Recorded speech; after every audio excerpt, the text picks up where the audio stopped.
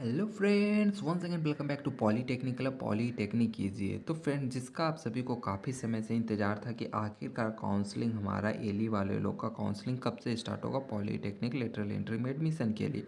तो देखिए, जो एली से है या फिर जो रेगुलर वाला है, दोनों का काउंसलिंग का डेट आपका निकल चुका है। बोले तो चॉइस फिलिंग करने का डेट आउट हो चुका है। यह नोटिस पढ़ के आप देख सकते हैं। पिछले वीडियो में मैंने ऑलरेडी आपको बताया था कि डेट आ गया। एंड डेट आ गया तो उसके साथ साथ आपका क्या है, अपडेटेड सीट मैट्रिक्स भी आ गया एली वाले के लिए भी। एंड रेगुलर वाले लोग को भी सीट मैट्रिक्स आ गया। सीट मैट्रिक्स कहने का मतलब आखिरकार कितना स्टूडेंट तक के बच्चों का उसमें एडमिशन हो पाएगा, यह हमें पता चलेगा। तो आज की इस वीडियो में हम लोग जानेंगे कि डिटेल कट ऑफ एली वाले स्टूडेंट का क्या रहने वाला है। फर्स्ट ऑफ ऑल हम एली वाले लोग का देखेंगे। यदि कोई हमारे रेगुलर स्टूडेंट इस वीडियो को देख रहे हैं, देन आप कमेंट कीजिएगा, देन आपके लिए भी वीडियो में डेफिनेटली लेकर के आऊँगा। तो जैसे ही आप सीट मैट्रिक्स वाले लिंक पर क्लिक करेंगे, आपको यह पीडीएफ डाउनलोड हो जाएगा। तो आज की इस वीडियो में मैं आपको डिटेल बताऊंगा कि आखिरकार कितने से कितने स्टूडेंट का कट ऑफ होगा। जैसा कि मैंने आपको पहले भी बोला था कि मैं आपके लिए समरी में लेके आऊँगा कि आखिरकार कितना से कितना रैंक तक के बच्चों का हमारा क्या हो पाएगा, कि कौन सा कॉलेज में सिविल कितना ब्रांच का है, इलेक्ट्रिकल कितना है, मैकेनिकल कितना है। तो मैंने ये डिटेल सीट प्रिपेयर करके आज पूरे दिन भर में लेके आया हूँ। तो फर्स्ट ऑफ ऑल हम शुरू से स्टार्ट करते हैं। तो ये रहा आपका पीडीएफ। इसे आप लोग समझेंगे कैसे, पहले यह जान लीजिए। तो ये 2026 का आप लोग डाउनलोड कर सकते हैं। सबसे पहले यहाँ पे हमारा पटना 13, ऑलरेडी मैंने आपको बेस्ट कॉलेज बता चुका हूँ, तो आप लोग नोट करके रख लीजिएगा ताकि चॉइस फिलिंग में आपको कोई भी प्रॉब्लम नहीं हो, ठीक है। तो यह पटना है। तो सबसे पहले इसमें क्या है ना, इस पीडीएफ में आपको कॉलेज वाइज दिया गया है कि पटना 13 है, ठीक है। तो इसमें कितना स्टूडेंट का हो पाएगा। तो देखिए, यूआर के लिए जो अनरिजर्व रैंक है उसके लिए 5 स्टूडेंट का हो पाएगा, एससी के लिए 2 का होगा, एसटी इसमें नहीं है, ईबीसी का है, या और फिर बीसी का है, और आरसीजी का। टोटल बोले तो 12 सिविल में, यानी पटना 13 में सिविल के लिए कितना सीट है, 12। तो आप क्या बोलेगा, जिसका रैंक 13 होगा उसका होगा या नहीं होगा पटना 13 में, या फिर जिसका रैंक 15 है उसका सिविल में होगा या नहीं होगा। तो आप डेफिनेटली समझ लीजिए, यदि आपका रैंक 20 तक है ना, तो पटना 13 में होने का सिविल चांसेस है। यदि आपका रैंक 20 से भी ज़्यादा आता है, यानी 20 भी नहीं लीजिए, आप इसे 40 तक भी लेंगे तो आपके होने के चांसेस हो जाएंगे। कैसे? टोटल देखिए, यहाँ पे हमारा 12 सीट है। ज़रूरी नहीं यह 12 का 12 स्टूडेंट आपका क्या करे, सिविल ही ले ले। हो सकता है इसमें से ये 12 का 12 स्टूडेंट हमारे नहीं ले, कुछ स्टूडेंट मैकेनिकल ले ले, तो यही बढ़ के आपका 20 तक चला जाता है। एंड कुछ बच्चे यदि काउंसलिंग गलती करते हैं, एंड ये 40 रैंक वाला अगर काउंसलिंग अच्छा से करता है, देन ये 40 रैंक वाला का सिविल पटना 13 में मिल जाएगा, ठीक है। तो यह हमारे यहाँ पे प्रक्रिया होती है। डैट मीन्स आपको चॉइस फिलिंग बोले तो काउंसलिंग अच्छे से करना है, और यह प्रक्रिया ऑनलाइन होती है। पिछली बार मैंने एक स्टूडेंट का करके दिखाया था। देन आप लोग फ्री ऑफ कॉस्ट अपने मोबाइल से अच्छे तरीके से काउंसलिंग कर सकते हैं, ठीक है। तो यह रहा पटना 13 का। और एक देखिएगा, यहाँ पे डीक्यू कोटा भी है, ठीक है। एंड एक और कोटा होता है एसएमक्यू कोटा, बोले तो जो नहीं बोलते हैं, जो स्वतंत्रता सेनानी वाले कास्ट से बिलोंग करते हैं, ये उनके लिए है, ठीक है। देन वो स्टूडेंट इसमें एडमिशन ले सकते हैं। अगर मान लीजिए यह स्टूडेंट उसमें एडमिशन नहीं लेते तो यह सीट खाली हो गया, देन ये 12 सीट नहीं, ये टोटल 13 सीट हो जाएगा। तो समझे, 13 बच्चों का हो जाएगा। तो इसी तरीके से कॉलेज वाइज दिया गया है कि सिविल कितना का है, मैकेनिकल कितना का, इलेक्ट्रिकल कितना का, इलेक्ट्रॉनिक्स कितना का। अब मान लीजिए आपको जानना है आपका होगा या नहीं होगा, तो यहाँ पे जो टोटल दिया गया ना, ये 16 है ना। तो 16 में आप अपना मन से +20 कर लीजिए, 20 या 10 कीजिएगा। देन यदि उसके आसपास आपका रैंक है, देन आपका डेफिनेटली उसमें हो जाएगा। जैसे ही मैकेनिकल की बात करते हैं, यहाँ पे 16 है ना, यदि आपका रैंक 16 में 20 और आप ऐड कर लीजिए, जितना भी है ना, अगर आपका रैंक 16 है ना, सीधा आप 40 पकड़िए, नेट 20 कर लीजिए, ठीक है। आपका रैंक 40 तक है, 50 तक है, 60 तक है, देन आप मैकेनिकल के लिए डिज़र्व करते हैं। पटना 13 में आपको 40 तक में आ जाएगा, ठीक है। तो इस तरीके से कॉलेज वाइज कॉलेज दिया गया है। तो अब आप सोचिए कि इतना कॉलेज में देखने में हमें टाइम लगेगा, आप एक बार में हमें समरी बता दीजिए। तो ध्यान दीजिएगा दोस्तों, टोटल कॉलेज जो है ना, चॉइस फिलिंग करते समय सबसे पहले आपको ओनली गवर्नमेंट पॉलिटेक्निक कॉलेज रखना है, ठीक है। यहाँ पे लिखा भी रहेगा, वहाँ पे कॉलेज में नाम में आएगा गवर्नमेंट पॉलिटेक्निक कॉलेज। आप ऐसा ना करें कि प्राइवेट सेक्टर सेलेक्ट कर लेंगे। यदि प्राइवेट सेक्टर सेलेक्ट कर लेंगे, देन आपको क्या करना पड़ेगा, पैसा पे करना पड़ेगा पढ़ने के लिए। गवर्नमेंट में आपका फ्री ऑफ कॉस्ट हो जाता है, ठीक है। तो टोटल कॉलेज आप अगर पीडीएफ को जैसे जैसे स्क्रॉल करते नीचे आएंगे, तो नीचे में सबसे लास्ट में मैं आपको दिखा दे रहा हूँ, वुमेंस पॉलिटेक्निक कॉलेज भी है, जो कि ओनली फॉर हमारी बहनों के लिए बोले तो वहाँ पे ओनली वुमेंस ही एडमिशन ले लेंगे, ठीक है। तो स्क्रॉल करके हम लोग नीचे आ जाते हैं। टोटल बॉयज़ के लिए कितने कॉलेज है, तो टोटल 44 कॉलेज आप लोगों को देखने को मिलेंगे, ठीक है। 44 कॉलेज में ऐसा नहीं है कि इसमें वुमेंस एडमिशन नहीं ले सकते, वो भी इसमें एडमिशन ले सकते हैं। तो टोटल 44 कॉलेज हमारा ये हो गया, एंड इसमें वुमेंस भी ले सकते हैं। लेकिन स्पेशली वुमेंस के लिए दो कॉलेज है, जैसा कि मैंने प्रीवियस वीडियो में आप लोग को बताया था कि वुमेंस के लिए दो कॉलेज है, एक हमारा पटना में है एंड सेकेंड वन हमारा मुजफ्फरपुर में। तो वहाँ भी देखिए टोटल सीट कितना है, यदि ओनली फॉर हम वुमेंस की बात करें तो यहाँ पे जूम करके मैं थोड़ा नीचे आ जा रहा हूँ। तो ओनली वुमेंस की बात करेंगे तो हम लोग को 136 है, यानी 136 तो ओनली उनके कॉलेज में है। एंड वो बाकी जो बचा 44 कॉलेज में है वहाँ भी जाके एडमिशन ले सकते हैं। तो यदि गर्ल्स का रैंक काफ़ी काफ़ी ज़्यादा आता है देन फिर भी उनको अच्छा कॉलेज एली में मिलेगा। अब कितना हाईएस्ट तक जाएगा वो मैं आपको डिटेल करके नीचे वाले पीडीएफ में बताता हूँ, ठीक है। एंड ये रहे हमारे कुछ प्राइवेट कॉलेज, यदि आप इसमें एडमिशन लेंगे देन आपको पैसा दे के पढ़ना पड़ेगा। यदि आप इसका विषय में जानना चाहते हैं प्राइवेट कॉलेज में सेमेस्टर फी क्या है, कितना पैसा लगेगा ताकि हम लोग पूरा सेमेस्टर को कंप्लीट कर ले, देन इसका यदि आप वीडियो चाहेंगे तो नेक्स्ट वीडियो में हम लोग डिस्कस करेंगे। अभी हम लोग आ जाते हैं समरी वाले अपने कट ऑफ वाले वीडियो पे, ताकि वो आपको आसानी से समझ में आ जाए। तो टोटल सीट की दोस्तों हम बात करेंगे। आपका यही डाउट होगा ना कि आखिरकार कितना रैंक है तो हमको कॉलेज मिलेगा, चलिए उसे ही हम लोग डिकोड करेंगे, ठीक है। तो फर्स्ट ऑफ ऑल हम लोग आते हैं समरी सीट पे। तो टोटल सीट हमारा अभी कितना हो गया है, तो टोटल सीट आपका 3297 है, ठीक है। अब आप बोलिएगा मेरा रैंक है 4000, कॉलेज मिलेगा। तो देखिए टोटल बच्चों को जो कॉलेज मिल रहा है ना 3297 स्टूडेंट को ही मिलेगा, ठीक है।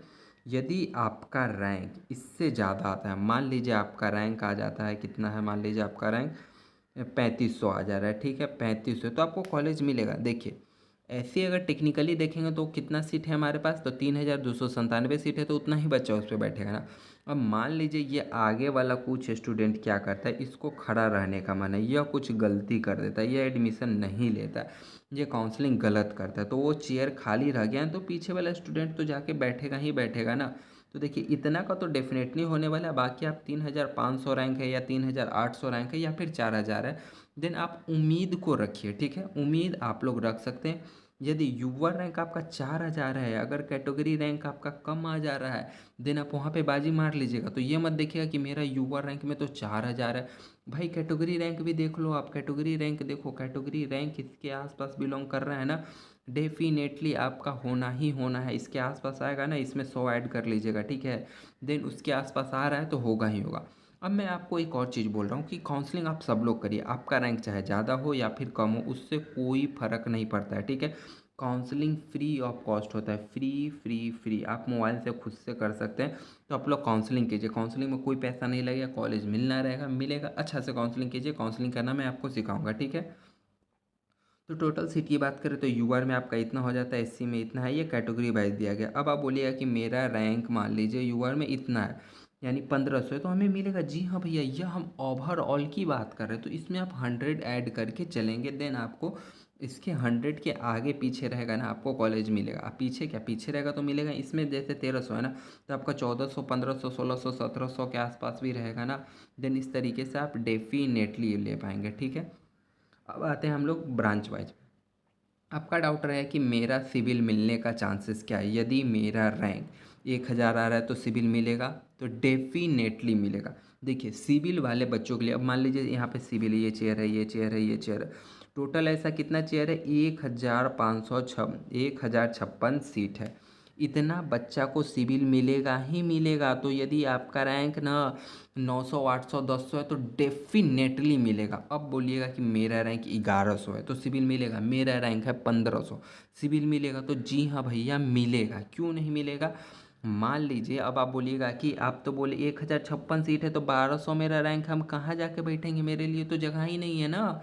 तब जो आगे का आपका 1000 बच्चा है, जरूरी थोड़ी है उसको सबके सिविले मन हो लेने का, उसमें से 100 बच्चा भी तो होगा जो मैकेनिकल को पसंद करता होगा ना, तो वो बच्चा जाएगा मैकेनिकल के पास। और आप जो बच्चा वो जब वो बच्चा चला गया मैकेनिकल के पास तो ये चेयर खाली रह गया ना, तो आप वहाँ जाके बैठ जाइएगा ना। इसमें तो हो सकता है 2-3 बच्चा गलत काउंसलिंग किया तो वो भी आपको मिलेगा ना।